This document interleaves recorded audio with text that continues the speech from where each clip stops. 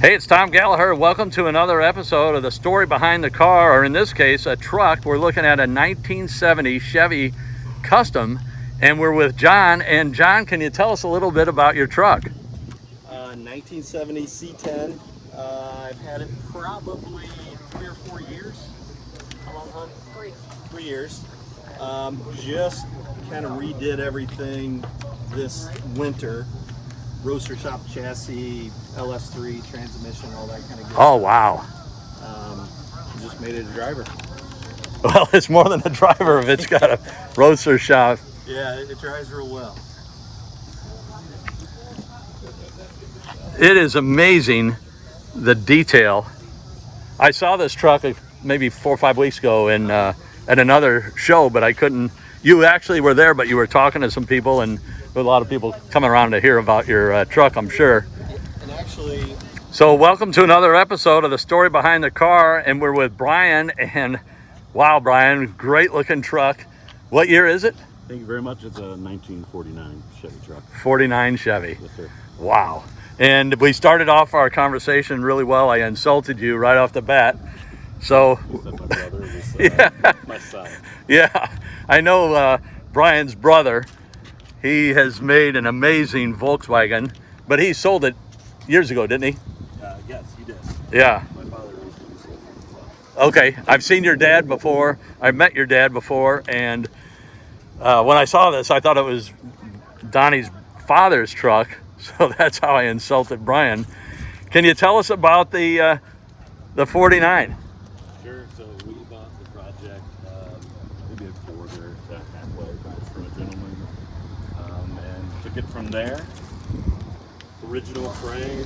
Welcome to another episode of The Story Behind the Car. We're with Steve, and this is his 1952 Chevy. And Steve, how long have you had the car? About 6 months. Oh, really? Yeah, And so you bought it in this condition? pretty much. I put new tires on it. Some of the chrome I had redone. The hood ornament, I had that redone. Okay.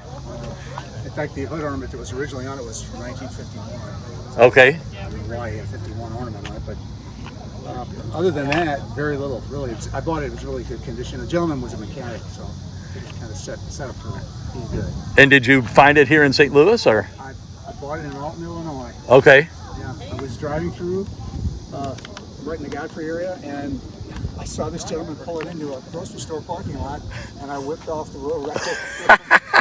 And he told me initially he wasn't interested in selling it, but we worked something out, so it's great. Hey, it's Tom Gallagher, and another episode of The Story Behind the Car. We're looking at a 1970 Jeepster Commando, and we're with Dale. And Dale, can you tell us about the Jeepster Commando? We have a 1970 Jeep Commando. We bought it, had it shipped up from Florida to St. Louis. I'm not doing the whole thing. About 5.5 years ago. Outside. We did have trouble with the engine, had it all redone by Jasper, and a couple other little things, but nothing that sharp with the engine. And we love it. It is gorgeous. And the design, it looks like it's something out of the mid-60s. I wouldn't have thought 1970. And how? Hey, it's Tom Gallagher, and welcome to another episode of The Story Behind the Car. And this is quite a rare vehicle. We're with Jeff, and he'll tell us about it. It's a 1967 Ford Mustang GT, but he just was telling me it's an S code. I'm going to back up and get Jeff in just for a second, and then we'll walk around. Thank you so much for showing us the car, Jeff. And can you tell us about the S code? Yeah, the S code means that it was an original big block car. It came with a 390, and as you can maybe see there, I got a 428 in it, which is the same block. Found a good deal on that, so how can I not put a 428 in there? Yeah, and it's amazing they can shoehorn an engine that large in that small space. Yeah, the spark plugs are going to be a challenge. How long have you had it, Jeff? A couple years now. Yeah. Yeah, I had a coupe before this one, and got my coupe. I sold that for more than I ever expected to, so I was able to get my dream car with the fastback. Yes. And I have a question. I know that Welcome to another episode of the story behind the car, and holy cow, this is a good looking car. It's a 1969 Charger, and we're with Terry. And Terry, can you tell us a little bit about the car? Yeah, the car is made in St. Louis on second shift in Fenton, and me and my boy flew to Phoenix and bought it and drove it home. So originally made here in St. Louis. Made here in St. Louis. Was it sold out in Phoenix? Yeah. It's an Arizona car, so the whole underneath the car is just solid like the day come out of the factory. No rust in it, nowhere. Wow. The wheels, I bought at a flea market. I get $5 a piece for the wheels, and it cost me $35 to have each wheel polished out. Wow. And that was about 25 years ago. Yeah. How long have you had the car? About 30 years. 30. I restored it myself. When I bought it, it had 7 coats of paint on it. And on Chrysler, all the color, the whole body. Welcome to another episode of the story behind the car. It's Tom Gallagher, and we're looking at a very unique car. It is a 1963 Dodge Polara, and I'm with Clay. And Clay, you said it's 1 of 7? That is correct, 1 out of 7.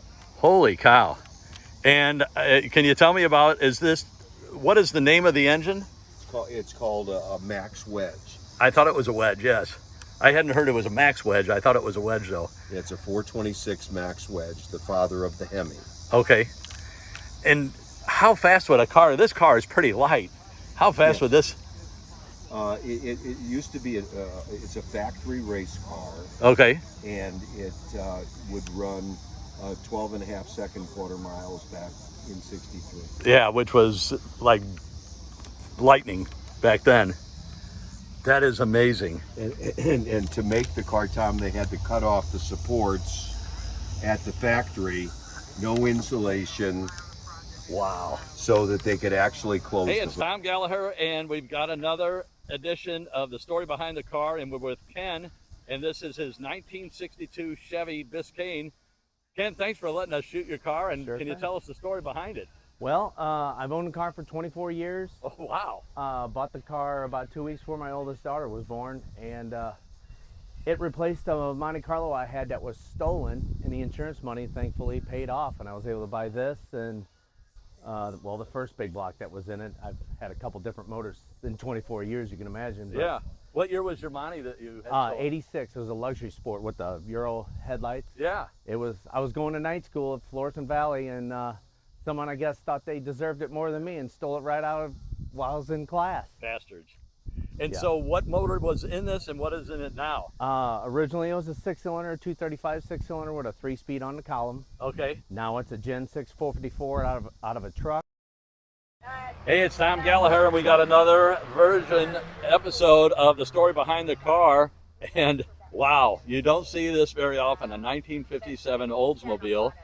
And your name is? Mike. Mike. And tell me about the car.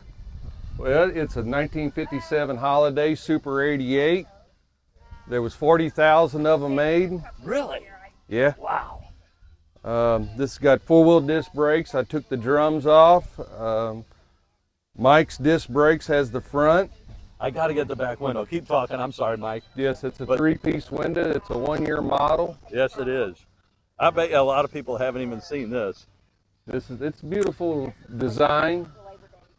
And Oldsmobile was the only one that had the 3-piece window, correct? Buick also. Oh, Buick had it as well. Only 1 year also, Yeah. besides the pickup trucks. Wow. So then you walk around here. Here's where the Hey, it's Tom Gallagher. We got another edition of the story behind the car. We're looking at a 1979. Is it 79? Yeah. 79 International Scout Traveler. And this is Brandy's dream vehicle. And Brandy, what drew you to the Scout Traveler? I like the build of them.